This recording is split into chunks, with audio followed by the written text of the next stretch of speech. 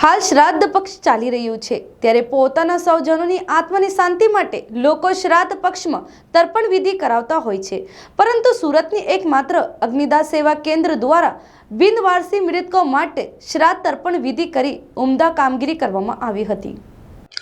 હાલમાં શ્રાદ્ધ પક્ષ ચાલી રહ્યું છે। શ્રાદ્ધ પક્ષમાં લોકો પોતાના પિતૃઓની આત્માની શાંતિ માટે શ્રાદ્ધ તર્પણ વિધિ કરાવતા હોય છે, પરંતુ જેમનું કોઈ ના હોય તેવા વ્યક્તિઓ માટે સુરતની એકમાત્ર અગ્નિદાહ સેવા કેન્દ્ર નામની સંસ્થા બિનવારસી મૃતકોની આત્માની શાંતિ માટે દર વર્ષે શ્રાદ્ધ પક્ષમાં અશ્વનીકુમાર વૈદ્યરાજના ઓવારા ખાતે તર્પણ વિધિ કરાવી સમાજમાં ઉદાહરણરૂપ દાખલો બેસાડ્યો છે। હાલના આધુનિક યુગમાં જ્યાં સગા પણ પોતાના નથી થતા એવા સમયમાં અગ્નિદાહ સેવા કેન્દ્ર નામની આ સંસ્થા કોઈપણ પ્રકારના નાત જાત ધર્મના ભેદભાવ રાખ્યા વિના આખા વર્ષ દરમિયાન બિનવારસી મૃતકોના હિન્દુ શાસ્ત્રોક્ત વિધિથી અંતિમ સંસ્કાર કરે છે। તો અગ્નિદાહ સેવા કેન્દ્રના વેનીલાલભાઈ મારવાલાએ આ બાબતે જણાવ્યું કે તેઓ છેલ્લા 24 વર્ષથી આ સેવાકીય કાર્ય કરે છે અને કેટલાક દાતાશ્રીઓ તથા કેટલાક યુવાનો પણ આ સેવાકીય કામગીરીમાં તેઓથી પ્રેરણા લઈ તેમની સાથે જોડાયેલા છે। તો તેઓ દ્વારા પરિવારમાંથી ત્યજી દેવાયેલા રસ્તે રખડતા મૃત્યુ પામેલ બિનવારસી મૃતકોના અંતિમ સંસ્કાર કરવામાં આવે છે અને એ મૃતકોના અસ્થિઓનું પણ પવિત્ર તીર્થધામોમાં વિસર્જન કરવામાં આવે છે। વધુમાં તેઓએ જણાવ્યું કે વર્ષમાં એકવાર તેઓની સંસ્થા દ્વારા મૃતકોના ફોટાઓનું પ્રદર્શન કરી તેમના સ્વજનોની શોધખોળ પણ કરવામાં આવે છે અને શ્રાદ્ધ પક્ષ દરમિયાન એ તમામ મૃતકોના આત્માની શાંતિ માટે તર્પણ વિધિ કરાવવામાં આવે છે। દર વર્ષની જેમ આ વર્ષે પણ આ સંસ્થા દ્વારા 271 જેટલા બિનવારસી મૃતકોના આત્માની શાંતિ માટે તર્પણ વિધિ કરી પિંડદાન કરવામાં આવ્યું હતું। તો હાલના સમયમાં જ્યાં સગા પણ પોતાના નથી થતા તેવા સમયમાં વેનીલાલભાઈ મારવાલા કોઈ પણ પ્રકારના નાત જાતના ભેદભાવ રાખ્યા વિના આ ઉમદા કાર્ય કરી અન્ય લોકો માટે પ્રેરણારૂપ બન્યા છે। શ્રાદ્ધ પક્ષ ચાલી રહ્યો છે ત્યારે લોકો પોતાના સ્વજનોની યાદમાં શ્રાદ્ધ તર્પણ વિધિ કરાવતા હોય છે, પરંતુ સુરતની એક જે સેવાકીય સંસ્થા છે અગ્નિદાહ સેવાકીય સંસ્થા, તેમના દ્વારા વર્ષ દરમિયાન તમામ ધર્મના બિનવારસી મૃતદેહ હોય છે તેઓના અંતિમ સંસ્કાર કરવામાં આવે છે। તો આપણે તેમની સાથે જે સંસ્થાના જે તેઓ પાસેથી જાણીએ કે કેવી તેઓની સંસ્થા આ બાબતે કાર્ય કરે છે। જી આપણું નમસ્કાર દર્શક મિત્રો, મારું નામ વેનીલાલ રસિકલાલ મારવાલા, અગ્નિદાહ સેવા કેન્દ્રના પ્રેસિડેન્ટ। આજનો જે કાર્યક્રમ છે એ અગ્નિદાહ સેવા કેન્દ્ર દ્વારા આખા વર્ષમાં જેટલી પણ બિનવારસી લાશોના હિન્દુ વિધિસર અંતિમ સંસ્કાર કર્યા હોય તે લોકોનું આજે ભાદરવા વદ 14ને મંગળવારના દિવસે વૈદ્યરાજના ઓવારે તાપી નદીના કિનારે આખા વર્ષ દરમિયાન 271 લાશોના ફોટા મૂકી એમનું શાસ્ત્રોક્ત વિધિ અનુસાર શ્રાદ્ધ વિધિ કરવાનો કાર્યક્રમ રાખવામાં આવ્યો છે। જી આપણી સંસ્થા દ્વારા વર્ષ દરમિયાન કેવી રીતે કામગીરી કરવામાં આવે છે? અગ્નિદાહ સેવા કેન્દ્ર દ્વારા આખા વર્ષમાં જેટલા પણ બિનવારસી લાશોના અંતિમ સંસ્કાર કર્યા હોય એને મકર સંક્રાંતિના આગલા શનિવારે ઉધના સોશિયલ સર્કલ પાસે તમામ બિનવારસી મૃતકોના ફોટા મૂકી એનું પ્રદર્શન લગાવવામાં આવે છે અને આ પ્રદર્શન લગાવવાનો હેતુ એ જ છે સંસ્થાનું કે જે લોકોના સ્વજનો ગુમ થઈ ગયા હોય, તપાસ કરતા આજ દિન સુધી મળી આવેલ ના હોય, એનો રેકોર્ડ પોલીસ ચોપડે પણ નથી હોતો, તેના અનુસંધાનને ધ્યાનમાં રાખીને અમે આ પ્રદર્શન ગોઠવીએ છીએ કે જેમાં પોતાના સ્વજનોના ફોટા લાવીને ઓળખ કરે છે અને ઓળખ થાય બાદ એ લોકોને નારાયણ ટ્રસ્ટની રસીદ આપીને મરણનો દાખલો પણ આપી શકાય છે। જી આપણા દ્વારા આજે જે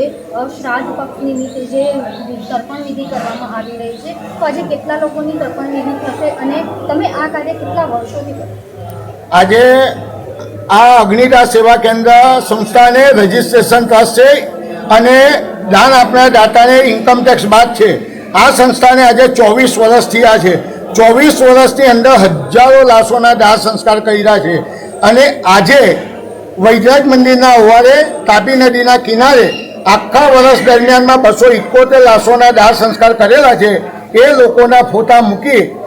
અને બ્રાહ્મણો દ્વારા શાસ્ત્રોક્ત વિધિ અનુસાર ભાદરવા વદ 14ને મંગળવારના દિવસે તર્પણ વિધિ શ્રાદ્ધ વિધિ કરવામાં આવી રહી છે। જી આપણે જે આ શ્રાદ્ધ પક્ષ નિમિત્તે જે આ કાર્ય કરો છો તો અન્ય સમાજના લોકોને શું આ સાથે મળ્યા જે સંસ્થા દ્વારા અમે લોકો જે કાર્ય કરી રહ્યા છે એના અનુસંધાનમાં અમે આવનારી પેઢી, આજની યુવા પેઢી અને અમે લોકો એક જાણ કરવા આ સંસ્થા દ્વારા એ લોકોને માર્ગદર્શન અને જાણ કરવા માંગીએ છીએ કે આજના યુગની પેઢીઓ પોતાના જીવતા જીવ મા બાપને થાળતા નથી અને એ લોકો પોતાના મા બાપને તરછોડે છે અને નિઃછૂટકે એ લોકો છેલ્લે વૃદ્ધાશ્રમમાં મૂકી આવે છે અને અમારા ધ્યાનમાં એવું પણ આવ્યું છે કે વૃદ્ધાશ્રમમાં મૂકી આવ્યા પછી અને એ માણસની ડેથ થઈ જાય છે તો સંસ્થા દ્વારા એ લોકોના સ્વજનોને જાણ કરવામાં આવે છે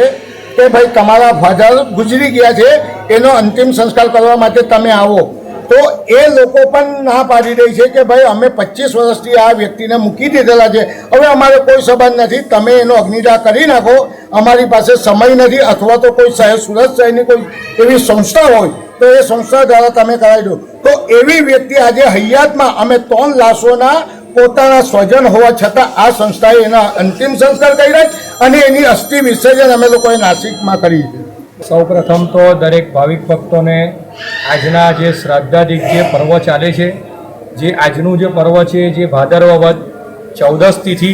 અને મંગળવાર અને શ્રાદ્ધ એટલે તો સૌપ્રથમ શ્રદ્ધા કે જે દરેક ભાવિક ભક્તોમાં શ્રદ્ધા હોવી જ જોઈએ અને શ્રદ્ધા દ્વારા જે કાર્ય કરવામાં આવે છે તો એના થકી જ પિતૃઓને મોક્ષની પ્રાપ્તિ પણ મળે છે. અને આજનો દિવસ જે 14 તિથિ જે એમ કહેવાય છે કે વૃદ્ધ તિથિ છે અને આજે એમ કહેવાય છે કે જે બિનવારસી કે જે મૃતક જીવાત્મા જે શસ્ત્રઘાત થયો હોય છે, આકસ્મિક રીતે મૃત્યુ પામ્યા હોય છે, જેના કોઈ સગા વારીસ નથી હોતા, તેના દ્વારા જે અગ્નિદાહ સેવા કેન્દ્રમાં જે અમે ઘણા વર્ષોથી જે આ શાસ્ત્રોક્ત વિધિ જે તર્પણ કાર્ય પિંડદાન કાર્ય છે અને મૃતાત્માઓને જે મુક્તિ આપવા માટેની જે સેવા કરવા માટે અમે આવેલા છીએ. તો એ સેવા દ્વારા દરેક ભક્તોને અને જે આવનાર પેઢીદર છે એ લોકોને પણ આનું જ્ઞાન મળી શકે અને જે આ શાસ્ત્રોક્ત પ્રમાણે શ્રદ્ધાથી જે વ્યક્તિ કાર્ય કરશે એના પણ પરિવારનું પરમાત્મા વિષ્ણુદેવ જે મોક્ષ આપીને સદગતિ પ્રાપ્ત કરાવશે એવી હું દરેક ભાવિક ભક્તોને નમ્ર અરજ કરું છું કે આવા શાસ્ત્રોક્ત કાર્યમાં વિધિવત રીતે જે શાસ્ત્રોક્ત કાર્ય થવું જોઈએ અને અત્યારની પેઢીદર જે આ કાર્યને આજ્ઞા આપીને આગળ વધારવું જોઈએ, જેથી કરી આવનાર પેઢી જે આવા કાર્યમાં ઉત્સુક બને અને આવા કાર્ય દ્વારા પોતાના વંશોની વૃદ્ધિ થાય અથવા તો પોતાના વંશ વેલામાં વધારો થાય એવા દ્વારા પિતૃઓના આશીર્વાદ પણ લઈ શકે છે.